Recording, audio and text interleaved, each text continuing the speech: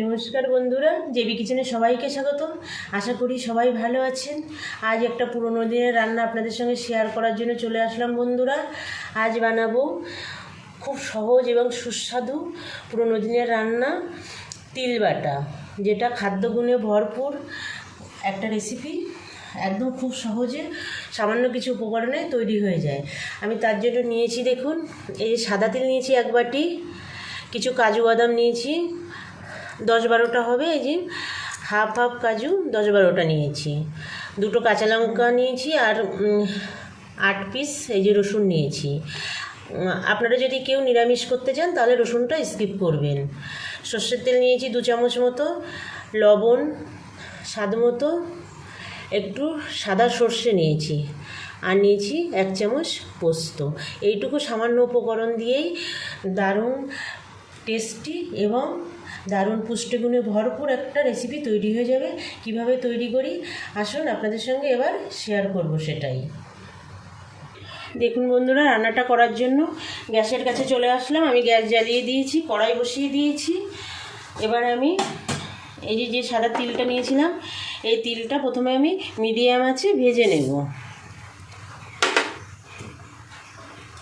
এই তিল কিন্তু খুব উপকারী বন্ধুরা, একটা ছোট ছোট তৈলবীজ কিন্তু এতে একদম খাদ্যগুণে ভরপুর। এটা একদম হাই ফ্লেমেও ভাজা যাবে না, একদম লো ফ্লেমেও না, মিডিয়াম আঁচে ভাজতে হবে। একটু ভেজে নিতে হবে আস্তে আস্তে করে, একটা সুন্দর সেন্ট বেরোবে তত পর্যন্ত ভাজতে হবে। তবে খেয়াল রাখতে হবে যাতে তিলগুলো পুড়ে না যায়।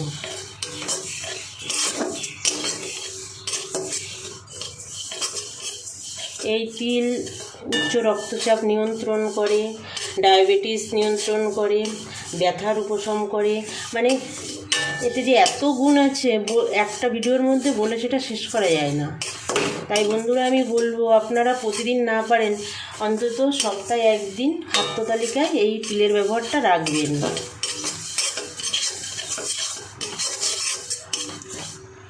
তিলটা দেখুন একদম কিন্তু কালার চেঞ্জ হয়ে গেছে অনেকটাই। এবার আমি এর মধ্যে এই যে কাজু বাদামটা নিয়েছিলাম, কাজু বাদামটা দিয়ে দেবো,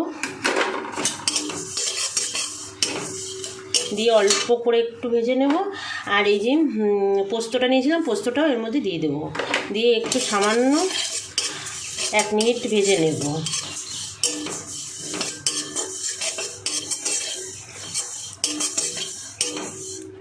দেখুন ভাজা হয়ে গেছে, এবার আমি নামিয়ে নেব।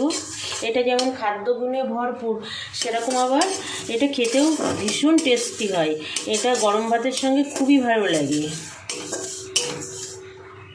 এবার এই কড়াইয়ের মধ্যেই আমি এই রসুন 8 কোয়া রসুন নিয়েছিলাম, রসুনটা দিয়ে দেবো, তেল দেবো না, খালি কড়াইয়েই আমি একটু ভেজে নেব। আর এই লঙ্কা দুটো একটু খালি কড়াই নেড়ে নেব।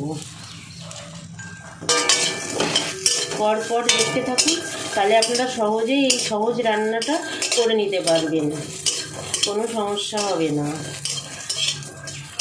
আর যে সকল বন্ধুরা এখনও পর্যন্ত আমার চ্যানেলটা সাবস্ক্রাইব করেননি, আপনাদের কাছে আমার অনুরোধ, আমার চ্যানেলটা সাবস্ক্রাইব করে আমার সঙ্গে থাকবেন বন্ধুরা। আর যে সকল পুরনো বন্ধুরা আমার সঙ্গে আছেন তাদেরকে অসংখ্য ধন্যবাদ, আমার সঙ্গে থাকবেন বরাবরের জন্য। লাইক কমেন্ট করবেন, আমার ভিডিওগুলো বন্ধুদের কাছে শেয়ার করবেন।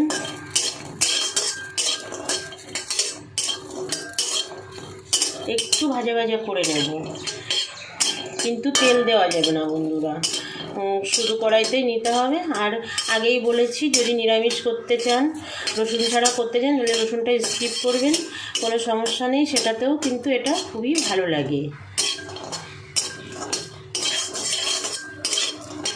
এটাই তিলটা কিন্তু কোষ্ঠকাঠিন্যও দূর করে, স্কিন ভালো রাখে, হাড়ের ক্ষয় রোধ করে, দাঁত ভালো রাখে, রোগ প্রতিরোধ করে। তার জন্য বলছি বন্ধুরা, তিলটা আপনারা ব্যবহার করবেন, খাবেন। দেখুন বন্ধুরা, লঙ্কা রসুনটা ভাজা হয়ে গেছে, ঠিক এইভাবেই ভেজে নিতে হবে, খুব খুব সহজেই কিন্তু রান্নাটা হয়ে যায়, তেল মশলার কোনো ঝামেলা নেই, সামান্য একটু হলেই রান্নাটা হয়ে যায়। এত সুন্দর একটা স্বাস্থ্যকর রান্না এত সহজে হয়ে যায়, তাহলে আমরা কেনই বা করবো না। তার জন্য করবেন বন্ধুরা, নিজেরা খাবেন, সবাইকে খাওয়াবেন, বাড়ির সবাইকে, সবাই সুস্থ থাকবেন।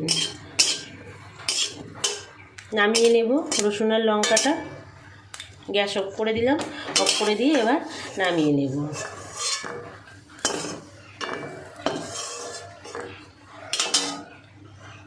আমি বন্ধুরা এই বাটাটা আমি শিল বাটাতে করবো, আপনারা যদি চাইলে মিক্সিতেও করতে পারেন। আমি 1 চামচ সর্ষে দিয়ে দিলাম, সাদা সর্ষেই দিলাম, এখানে কালো সর্ষে দিলাম না, যেহেতু সাদা তিল সেই জন্য আমি সাদা সর্ষেটাই দিলাম। আর একটু লবণ দেব, লবণ দিয়ে সর্ষেটা প্রথমে একটু বেটে নেব।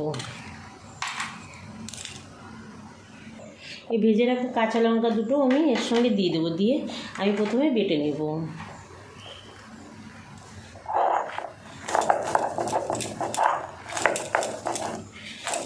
আপনারা মিক্সিতেও বাটতে পারেন, কোনো সমস্যা নেই। আমি এটা শিলনোড়াতেই বেটে নেব। প্রথমে সর্ষে লঙ্কা আর লবণটা বেটে নিচ্ছি। দেখুন বন্ধুরা, সর্ষে লঙ্কা আর লবণটা বাটা হয়ে গেছে। এবার আমি রসুনটা বেটে নেব এর সঙ্গে, মিহি করে বেটে নেব।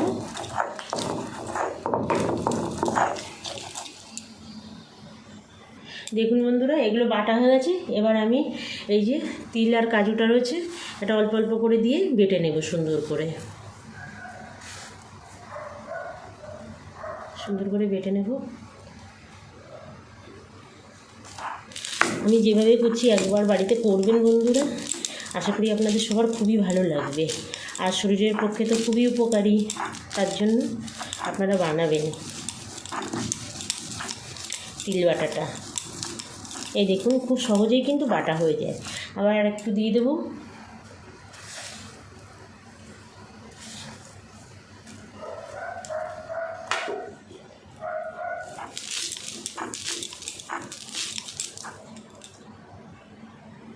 দেখুন বন্ধুরা, বেটে নিয়েছি তিলটা। এই তিল বাটার সময় কিন্তু কোনো রকম জল ব্যবহার করা যাবে না, একদম দেখুন তেল বেরিয়ে আসছে, যেহেতু তিল থেকে তেল হয় সেই জন্য।